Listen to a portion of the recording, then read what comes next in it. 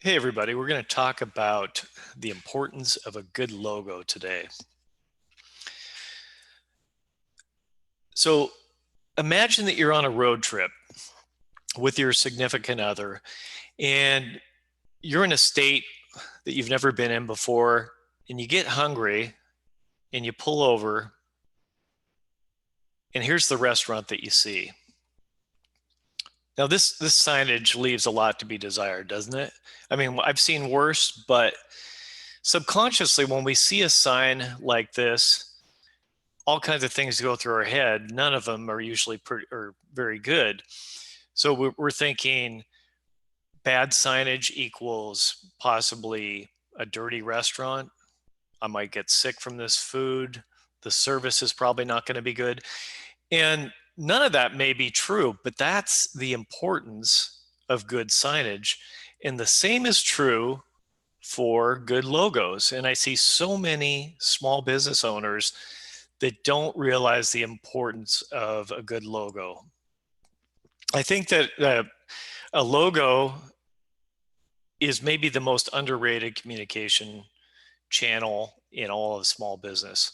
And so many times we see small business owners on a budget, they try to do their own logo, they don't realize the importance of it, and they don't realize how much business they might be missing, especially when you think about older consumers that are not super tech savvy, who don't go online and read reviews. We make judgments based on a lot of times on signage, or in the case of small business, on a logo. If a logo looks cheesy or low quality, we assume that the product and the service is also going to be low quality. A logo should exude trust. Trust is a must. That's the main reason we need a good logo. So we're going to look at what makes a good logo today. And the first thing is that a good logo is simple. Less is more. And here's a really good example. And with a logo like this, even an unskilled designer who has good taste could produce a logo like this. Second thing, lots of breathing room. I like this logo by Gorilla Scaffolding because there's a lot of breathing room. Thirdly, and this is an important one, contrasting colors. It needs to pop off the page. So oftentimes I see somebody who their logo isn't necessarily bad, but they don't understand the importance of contrasting colors. So they'll have a black background and they'll have dark purple text and the logo just doesn't pop.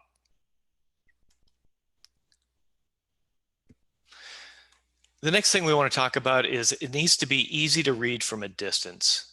And here's another good example of a logo that you could do on your own. You don't have to be a great graphic designer to do this, and it's really easy to read from a distance.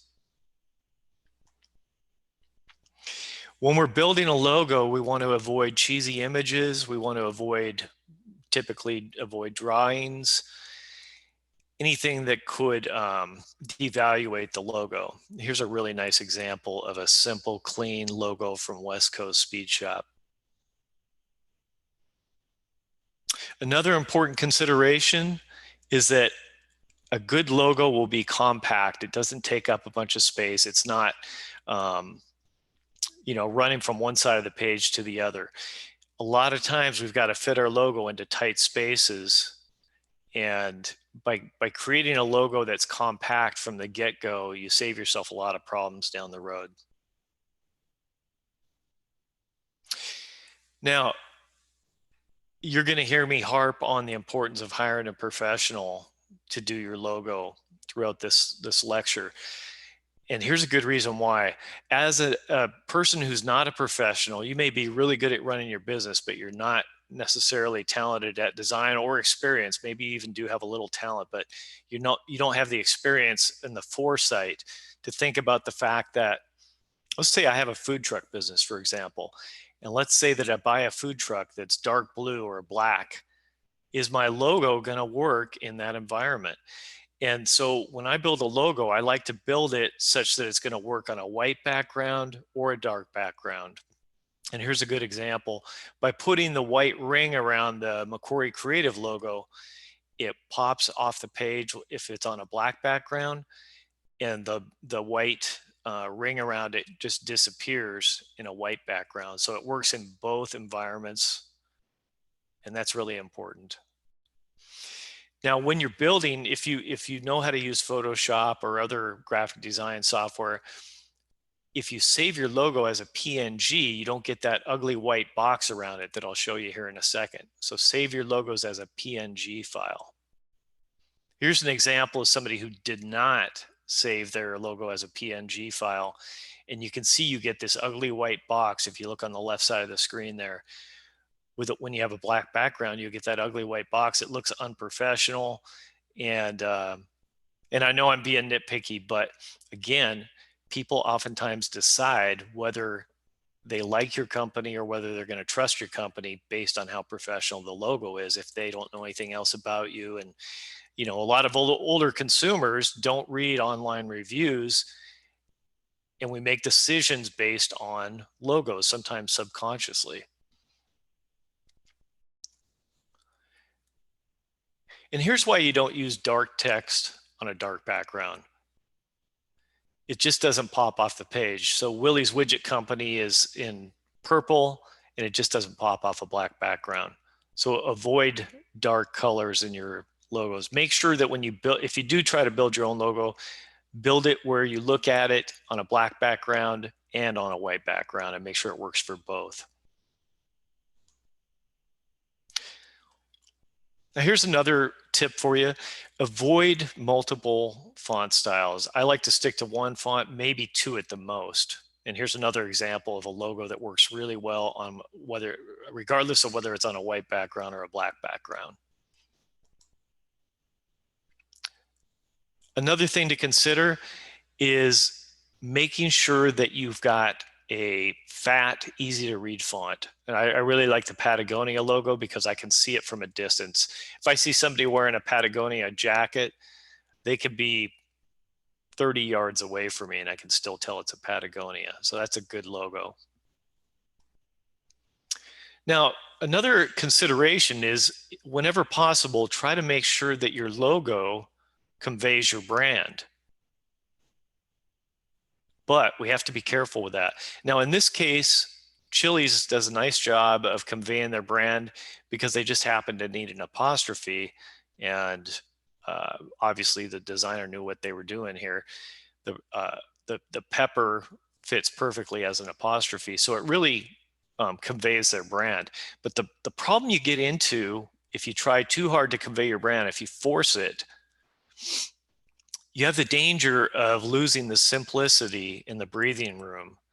So you got to be careful you don't try to add too much to your logo, trying to be everything to everybody, I should say. Telling your story, a logo oftentimes is not the place to tell your entire story. So you have to be careful with that when you're trying to convey your brand. Sometimes it just doesn't work in a logo. And I'll give you an example of that here in a minute. Needs to exude quality.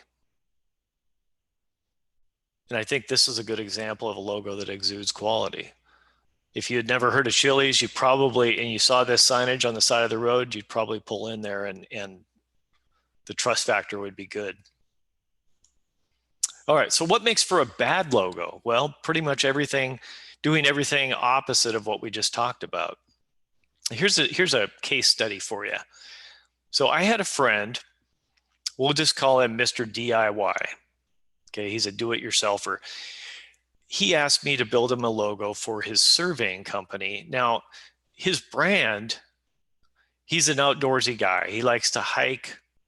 He likes to mountain climb, those types of things. So he really wanted to convey his brand. So he told me to build him a logo. I built him a really simple logo. It just had mountains and a compass. But that wasn't good enough for my Mr. DIY friend. He wanted other stuff in there because he didn't feel like it conveyed who he really was, who his company was. He wanted me to add more. So he said, can you please just add some trees? and maybe some water like a river. But I also need to show that we're a surveying company. So can you put a compass in there? And you can see the problem that we're running into here. By adding more and more stuff, we're losing our simplicity. We're all over the place here. It's turning into a dog's dinner. So eventually he decided not to use me because I just did not want to do that. And I told him, I said, we're just getting too busy here. And so he did his own logo, and this is what it turned out to look like. So my point here is that if possible, convey your brand like Chili's does with their apostrophe and the chili pepper, but don't force it. If you force it and you try to do too much, you end up with a dog's dinner. So I'm going to really, like I said, I'm going to harp on hiring a professional whenever possible. And yes, it's going to cost you some money, but you don't want to be in the scenario like we had with when I started this lecture talking about what happens subconsciously with people when they see a low quality signage or they see low quality logo. They immediately associate it with, well, the product or the service must also be low quality. So it's worth it to spend a few bucks hiring a professional, and you can find, local graphic designers or ad agencies and spend a little bit more. But if you're really on a tight budget, you can use companies that'll charge as few as 35 bucks. Vista Logos, again, Vista, V-I-S-T-A, Vista Logos will do a logo as cheap as 35 bucks. And it may end up turn out a lot better than if you tried to do it yourself. More than likely it will. Now, before you commit to hiring somebody else, though, it's absolutely crucial that you give them a good, concise description of your brand. They're going to have a hard time building you a logo if they don't understand your brand. So that's absolutely paramount. Secondly, make sure when they give you a quote, make sure that that quote includes at least 2 versions that you can choose from. They may not get it. They may not totally understand or nail your brand on the first version, but maybe the second logo they give you actually does convey your brand. Another thing to consider is most good designers will let you revise it twice, at least twice. And they'll offer a satisfaction guarantee. So you don't have to pay until you're 100% satisfied. And you can say, hey, that looks pretty good, but can you tweak this or tweak that? So here's a good example for you. For my Piper Down logo, okay, it's a Scottish food truck. The first version may have come in really similar to this, but it wasn't a Gaelic font. And since it's a Scottish company and I want to convey my brand, I said, hey, that looks great, but can you take the Piper Down and turn it into a Gaelic font so that has that Scottish feel to it? So there's an example of a revision. And in this scenario, I would have negotiated that I get at least 2 logo versions to choose from, and I at least get 2 chances to revise or tweak. All right, so that's our lesson on logos. My call to action is that logos really matter. Like I said, it's probably the most underestimated communication channel, especially in small business. So unless you're super talented and you've got a lot of experience with graphic design software, I really recommend that you hire it out, even if you have to go with a cheaper company like Vista Logos. All right, thanks, guys.